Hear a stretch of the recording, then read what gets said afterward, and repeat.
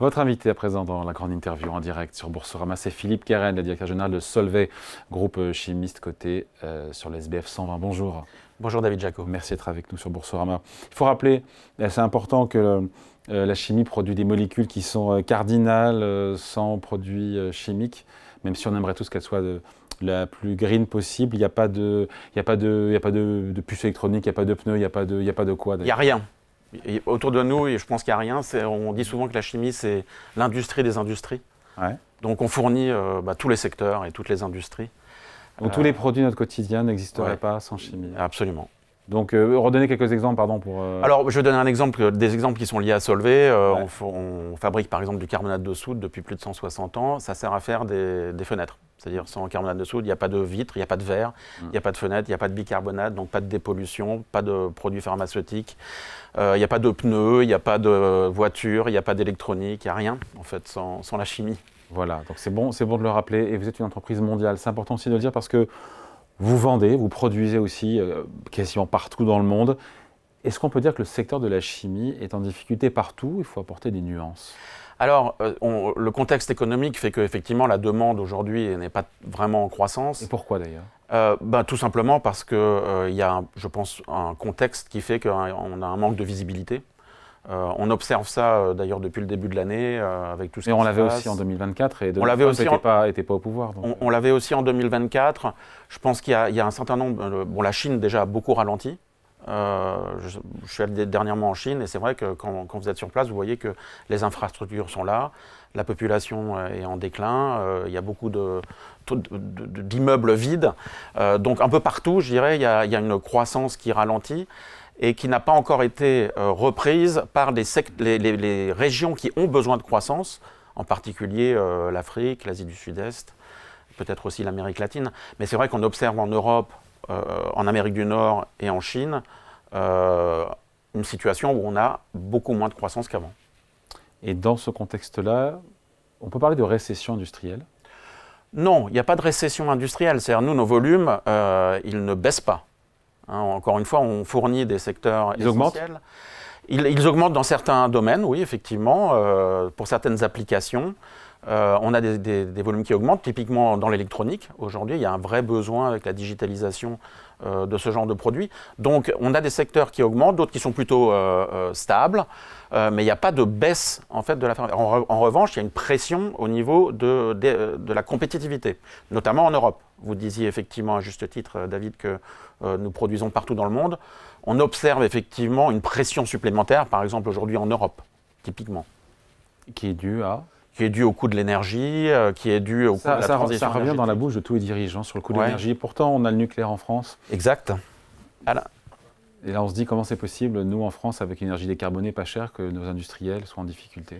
Alors, il y a plusieurs choses. Il y a effectivement un vrai problème qu'il va falloir un jour traiter, et qui n'est pas traité aujourd'hui, c'est le modèle de marché de l'énergie qu'on a mis en place depuis une vingtaine d'années. Au niveau européen? Au niveau européen.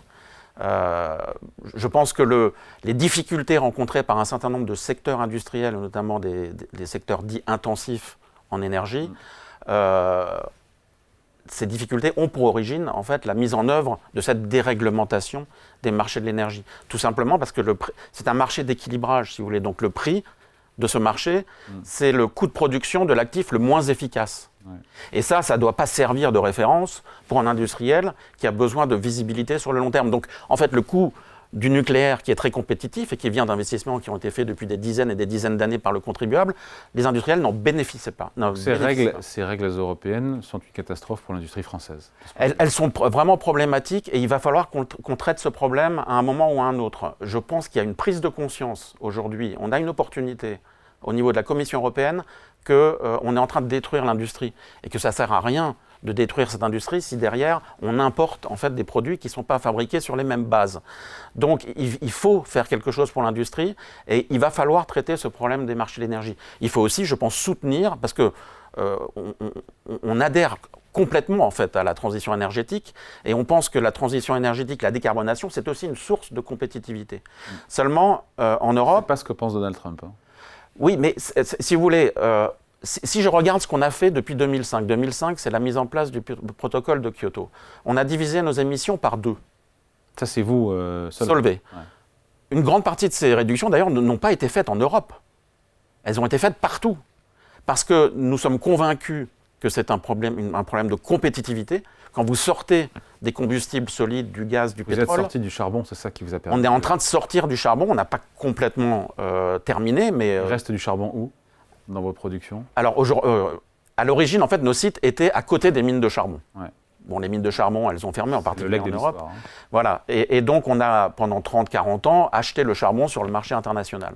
C'est pas durable. C'est pas durable d'un point de vue émissions de CO2, bien sûr, mais c'est pas durable non plus d'un point de vue compétitivité, parce que vous êtes sur des marchés mondiaux qui sont extrêmement volatiles. Donc, en fait, tout ce qu'on essaie de faire, c'est de revenir vers des sources d'énergie qui sont disponibles localement et qui sont bas carbone. Et c'est ça qu'on est en train de faire, c'est une source de compétitivité. Le problème, c'est que ça coûte cher. Et que ça prend du temps.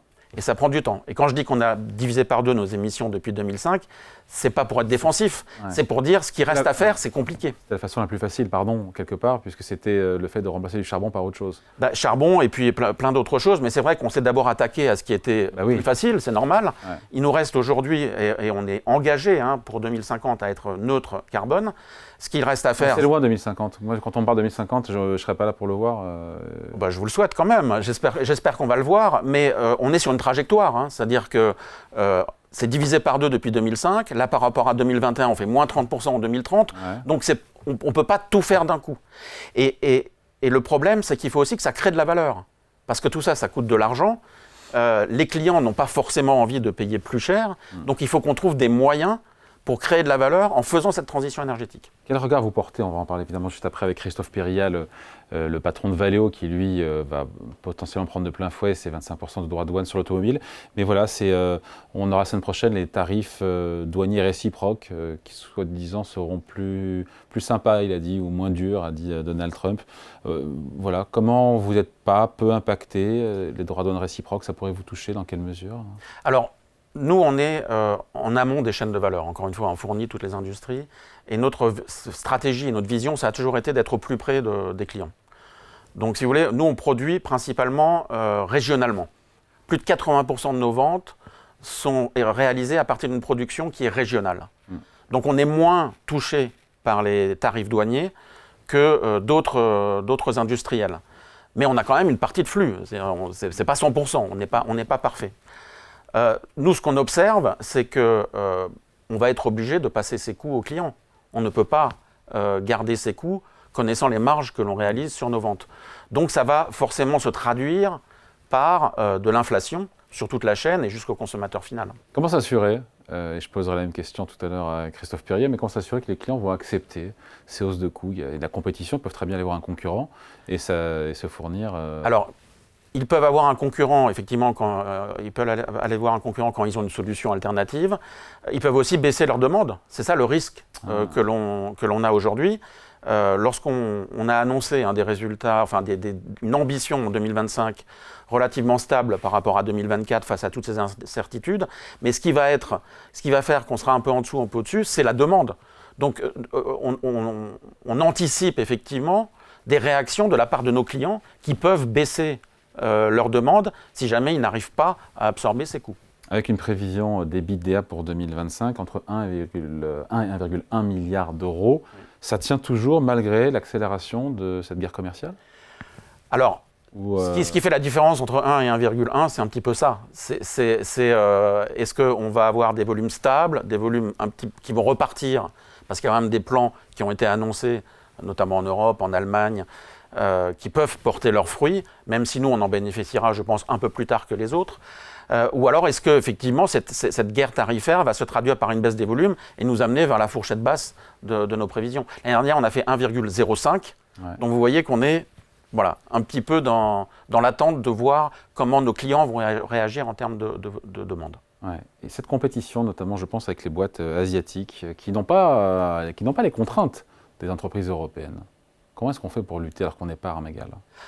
Ça, c'est un grand sujet. Alors nous, on produit des molécules et des produits qui sont assez volumineux. Donc, ils ne voyagent pas forcément, comme je vous le disais, on est assez proche de nos marchés.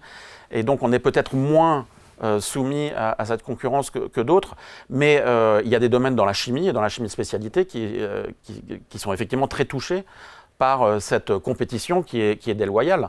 Donc il faut la traiter. Il faut la traiter et ça doit se faire au niveau européen. Dans cet environnement, Philippe Keren, Solvay résiste? Solvay est très, très résilient. Et comment, parce qu'on vous croit sur parole, mais comment est-ce que, chiffres à l'appui Alors, chiffres à l'appui, nos résultats 2024. 2023 était un peu une année faste, on va dire. On avait prévu de faire, avec la pression sur les marges, entre moins 10 et moins 20% en 2024. On a fait moins 8%, donc mieux que ce qu'on avait annoncé, mieux que ce qu'attendait le marché. D'où la résilience. D'où la résilience, une stabilité cette année. Elle vient de notre portefeuille de business. Hein. On a un nombre limité de business qui servent, encore une fois, des marchés essentiels et très diversifiés. On n'a pas de marché aujourd'hui final qui pèse plus de 20% dans notre portefeuille. Donc, on a cette diversification, on a un savoir-faire qui fait que il y a peu d'acteurs en fait sur nos marchés et donc on a cette résilience sur nos marges qui fait qu'effectivement on peut année après année, et lorsque vous regardez notamment les 10 dernières années, on affiche une croissance de l'ordre de 5% en moyenne par an, non pas du chiffre d'affaires, mais du résultat opérationnel. Ouais. Un autre élément très important, et c'est ce qui explique aussi nos résultats de 2024, c'est qu'on s'est engagé dans un programme d'économie important suite à la séparation de la chimie de spécialité. Ouais. On modernise nos usines, on a des programmes de digitalisation très forts qui ont produit, rien que l'an dernier, 110 millions d'euros d'économie. Et on a annoncé à l'horizon 2028 un objectif à la hausse qui est passé de 300 à 350 millions d'euros d'économie. Donc tout ça contribue aussi à la résilience. Et la reprise des volumes, ça sera pour quand a priori? Nous, on ne la voit pas aujourd'hui. Ouais, je sais. On ne la voit pas. Après, on a un carnet de commandes qui est relativement court par rapport à d'autres industriels. Je dirais, si effectivement les différents plans dont on parle portent leurs fruits, peut-être qu'on ne la voit pas avant la fin de l'année, disons, de notre côté. Au mieux. Au mieux. Au mieux. Bon, votre action, j'ai regardé, elle se tient bien, l'action Solvay. 8%, non, mais des hausses depuis le début de l'année, 34% sur un an. On se dit que ça aurait pu être pire. Est-ce que d'ailleurs vous surperformez vos concurrents? Certains, j'ai vu, sont dans le rouge sur un an.